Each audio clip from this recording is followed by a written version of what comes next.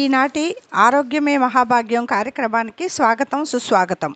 ఆహారపు అలవాట్లలో క్రమేపీ వచ్చిన కొన్ని మార్పులు చూద్దాం. సర్వరోగ నివారణి పేరుతో ఎప్పుడో 25 సంవత్సరాల క్రితం ఆయిల్ పుల్లింగ్ అని వచ్చింది.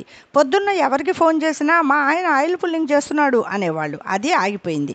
తర్వాత నీలరాజు వచ్చాడు. కుండలు కుండలు నీళ్లు తాగితే రోగాలు మాయం అన్నాడు. అది పోయింది. పచ్చి కూరగాయలు తింటే బలం అని ప్రచారం చేశారు కొందరు. అది పోయింది. ఇప్పుడు ఇంకొక ఆయన వచ్చి రాగులు, సజ్జలు, జొన్నలు, కూరగాయలు అన్నీ కలిపి రసం చేసుకొని తాగండి అంటున్నాడు. కేంద్ర ప్రభుత్వం వారేమో యోగా చెయ్యండి రోగాలు మటుమాయం అంటుంది. చాన్నాళ్ళ క్రిందట గోదావరి జిల్లాల నుంచి ఒక రాజుగారు వచ్చి ఉప్పా, మీరు ఉప్పు తింటున్నారా, చీ చీ అన్నాడు. జనమంతా ఉప్పుని విసిరి కొట్టారు. అంతటితో ఊరుకున్నాడా?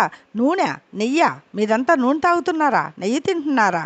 సరే అని జనమంతా నూనె డబ్బాలకి సెలవిచ్చి చుక్క నూనెతో తాలింపులు మొదలుపెట్టారు. ఒకానొక మంచి రోజున కృష్ణానది ప్రక్కన మంచి స్థలంలో ప్రకృతి ఆహారాశ్రమం అని ఒకటి మొదలైంది. ప్రజలకు ఉప్పు నూనె లేని వంటలతో 3 పచ్చి కూర ముక్కలు 6 ఆకుకూర రసాలతో నిత్య నూతనంగా విలసిల్లుతుంది. సరే, ఇది ఇలా ఉండగా ఇంకొక ఆయన ఎవరో రాగి చెంబుల్లో నీళ్లు నింపి చంద్రుడి ఎదురుగా పెట్టి తెల్లారా నీళ్లు తాగితే అసలు చావే రాదు అని ఘంటాపదంగా చెప్పాడు. ఇంకేముంది, కొట్లలో పడి రాగి చెంబుల వేట మొదలైంది. అలా వెన్నెల్లో పెట్టిన రాగి చెంబుల్లో నీళ్లు తాగుతూ ఉప్పు నూనె పులుపు తీపి లేని రాజుగారి వంటలు తింటూ 200 ఏళ్లు గ్యారంటీ అనుకుంటున్న దశలో మహారాజశ్రీ మాచినేని ఉద్భవించారు.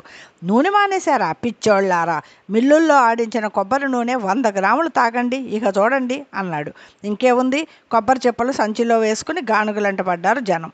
ఇంకొక సాము వచ్చి పురుగు మందులు లేని చిరుధాన్యాలు తినండి, మీ ఆరోగ్యాన్ని మీరే సంరక్షించుకోండి అన్నాడు.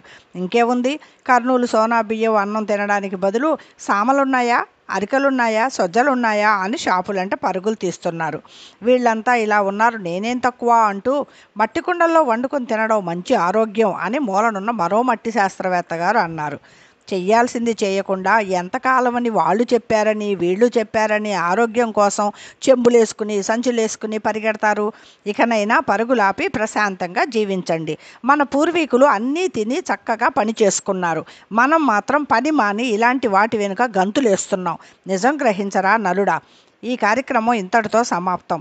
మూలం ఒక వాట్సాప్ మెసేజ్, వాచకం బాలమ్మ.